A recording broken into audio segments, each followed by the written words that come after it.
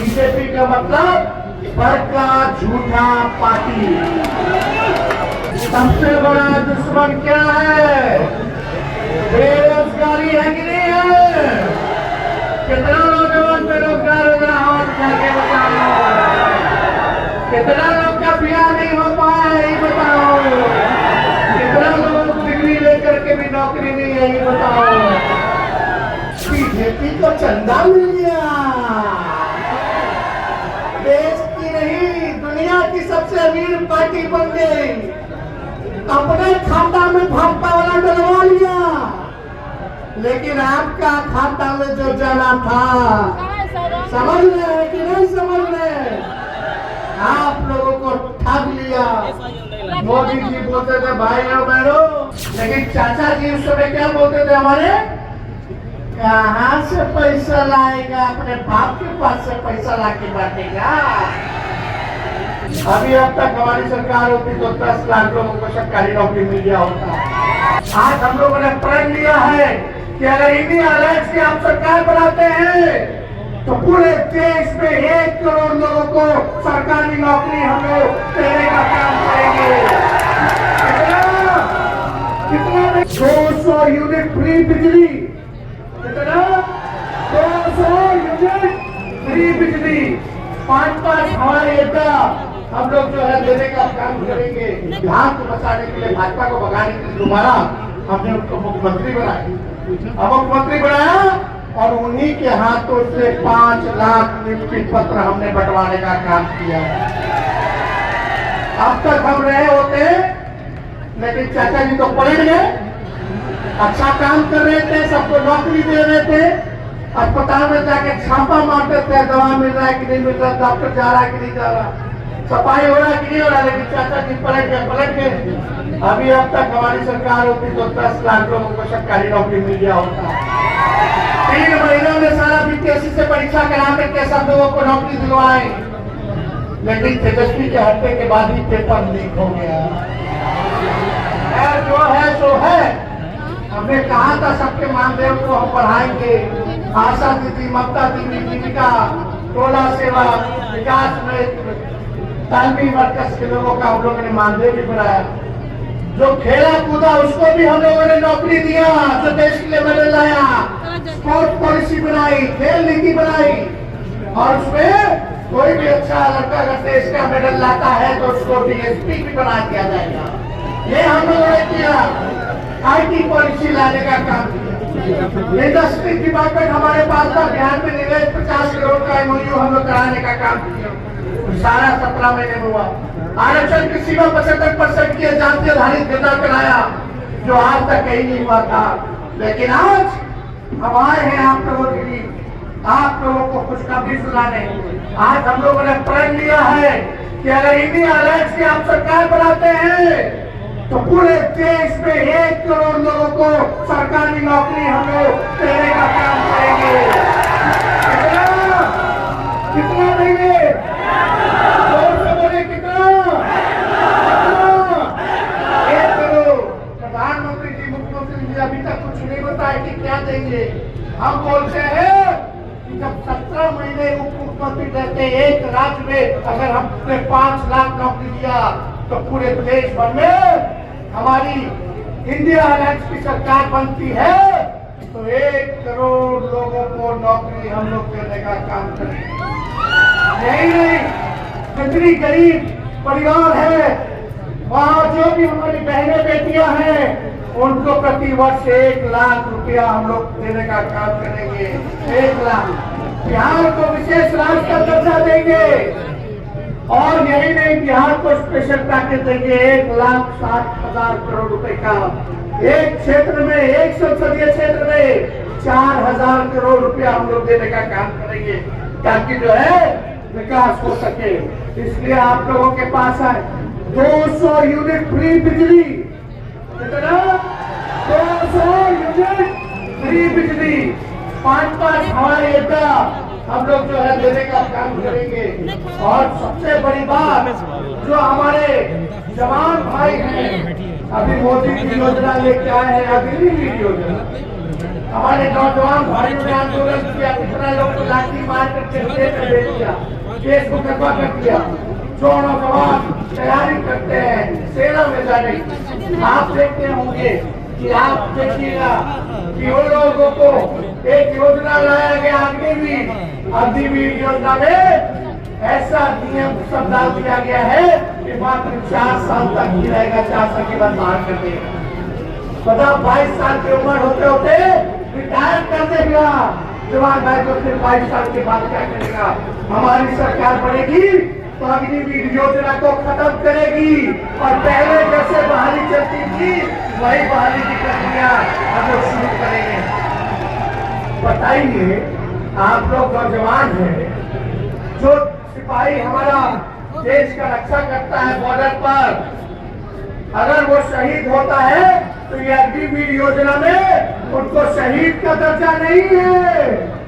बताइए, शहीद का दर्जा मिलना चाहिए कि नहीं मिलना चाहिए?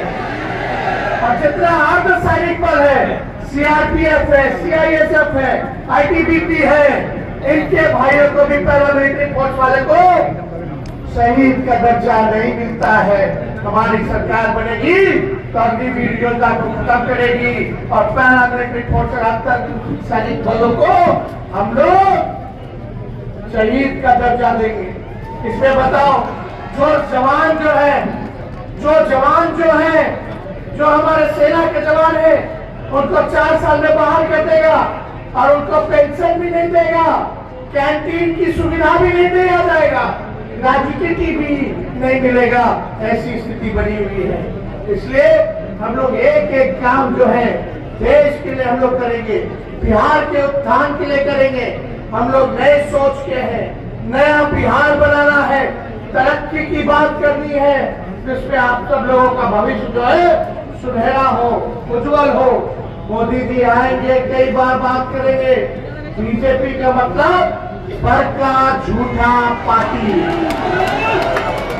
खाली झूठ पे झूठ बोलते, ऐसा झूठ बोलेंगे कि गोबर को भी हलवा बना करके परोस देंगे। ये है मोदी जी का झूठ।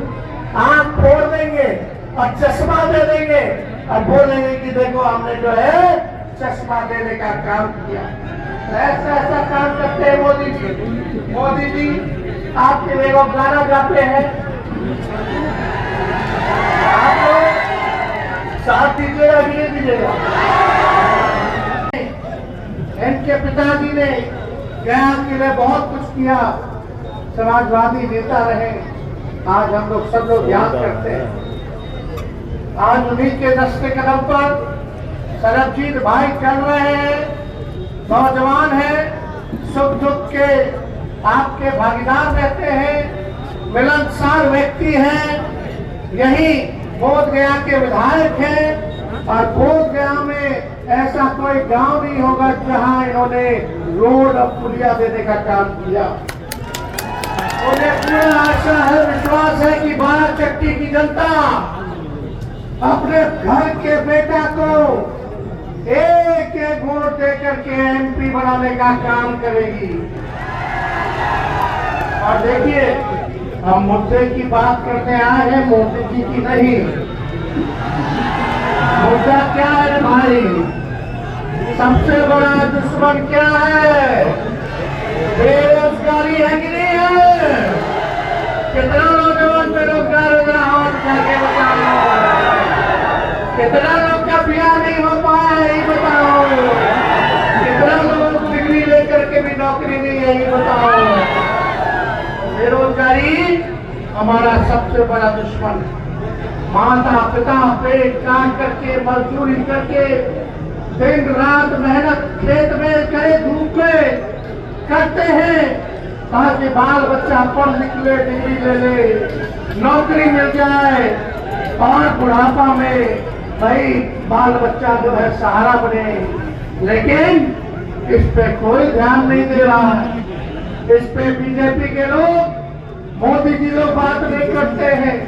मेरा मानना है असली दुश्मन बेरोजगारी के साथ गरीबी है, गरीबी के साथ साथ महंगाई है। असली मुद्दा होना चाहिए शिक्षा, चिकित्सा, पढ़ाई, दवाई, कमाई, सिंचाई, सुनवाई और कार्रवाई वाली सरकार आए ताकि आपका दुख दर्द जो है वो देखने का काम करे, आपके गांव का विकास करे, आगे ले जाए। लेकिन ये लोग विकास की बात नहीं करते हैं। 10 साल से नरेंद्र मोदी जी प्रधानमंत्री है कि नहीं? और 17 साल से बिहार में डबल इंजन की सरकार है। केवल 17 महीने का छोड़ दें तो 17 साल से डबल इंजन की सरकार है। लगातार गया लोकसभा संसदीय क्षेत्र से एनडीए के ही एमपी जीतते आए हैं। लेकिन आप लोग बताइए, 12 चक्की से भी विधायक एनडीए के ही है कि नहीं? लेकिन आपका गांव में लोगों ने क्या किया? क्यों नहीं बेरोजगारी हटाई? क्यों नहीं आपके जिला प्रखंड में कारखाना लगाया? क्यों नहीं महंगाई कम की? क्यों नहीं शिक्षा चिकित्सा को बेहतर किया? एक काम नहीं किया, एक काम नहीं किया। बताओ, काहे डबल इंजन का सरकार है? मोदी जी आएंगे यहाँ गया में, ठीक 5 साल बाद आएंगे। जब चुनाव होगा तब आएंगे आपके बीच। लेकिन 10 साल में उन्होंने क्या क्या कहा था? भाइयों बहनों, एक बार मोदी को जिताओगे तो 1 साल में 2 करोड़ नौजवानों को नौकरी दूंगा। बोले थे कि नहीं बोले थे? भाइयों बहनों, एक बार मौका दो, 2022 तक सारे किसान भाइयों का आय दुगुना कर दूंगा। आज फसल कट रहा है, बताओ फसल के उचित दाम मिल रहा है? नहीं मिल रहा। किसान भाई कंगाल है। भाइयों बहनों, अरे भाइयों बहनों, मोदी आएगा तो काला धन लाएगा और सबके खाते में 15-15 लाख रुपया देगा। बोले थे कि नहीं बोले थे? मोदी जी 10 साल हो गए, अब तक 15 लाख कहाँ गया? बीजेपी को चंदा मिल गया। देश की नहीं, दुनिया की सबसे अमीर पार्टी बन गई। अपने खाता में भाजपा वाला डलवा लिया, लेकिन आपका खाता में जो जाना था, समझ रहे हैं कि नहीं समझ रहे? आप लोगों को ठग लिया। मोदी जी बोलते थे, भाइयों बहनों, हम बिहार को विशेष राज्य का दर्जा दे देंगे, विशेष पैकेज दे देंगे। क्या मिला बिहार को? कुछ नहीं मिला। ना बिहार को विशेष पैकेज मिला। लेकिन हम यहाँ ऑपोजिशन में है, विपक्ष में। मेरा सवाल बनता है, हमारा कर्तव्य है प्रधानमंत्री से अपने सवाल पूछने का, जितना मेरा बनता है वो आए देश के एक नागरिक का बनता है, आपका बनता है कि सवाल पूछे कि उन्होंने क्या किया। आज आप लोगों के लिए खुशखबरी लाए हैं। ये आप देख रहे हैं, आज हम लोगों ने परिवर्तन पत्र हम लोग लाए हैं। 2024 के चुनाव में 24 जन वचन हम लोग लेकर के आए हैं। आप जानते हैं, आपका भाई 17 महीने डिप्टी सीएम था। जो 17 महीने में आप लोगों ने काम किया वो 17 साल में भी नहीं हुआ। यही 12 चक्की हम आए थे, हमने बोला था आपको मौका दो, एक बार मुख्यमंत्री बना दो तो 10 लाख लोगों को सरकारी नौकरी देंगे। 2-4 सीट बेईमानी से इधर उधर हो गया, सरकार हमारी बन गई थी। समझ रहे कि नहीं? तो 12 वोट से हरा दिया एक सीट, तो 100 वोट से हरा दिया, ऐसे करके चलो कोई नहीं। लेकिन चाचा जी उस समय क्या बोलते थे हमारे, कहां से पैसा लाएगा? अपने बाप के पास से पैसा लाके बांटेगा। और उन्हीं मुख्यमंत्री को जब धोखा बीजेपी को लात मार के हमारे पास आए थे, माता पिता से माफी मांगी थी, उनके प्रति हम सम्मान करते हैं। बुजुर्ग है, मेरा कर्तव्य बनता है सम्मान करें। लेकिन जब लात मार के बीजेपी को हम लोगों के पास आए तो देश के लोकतंत्र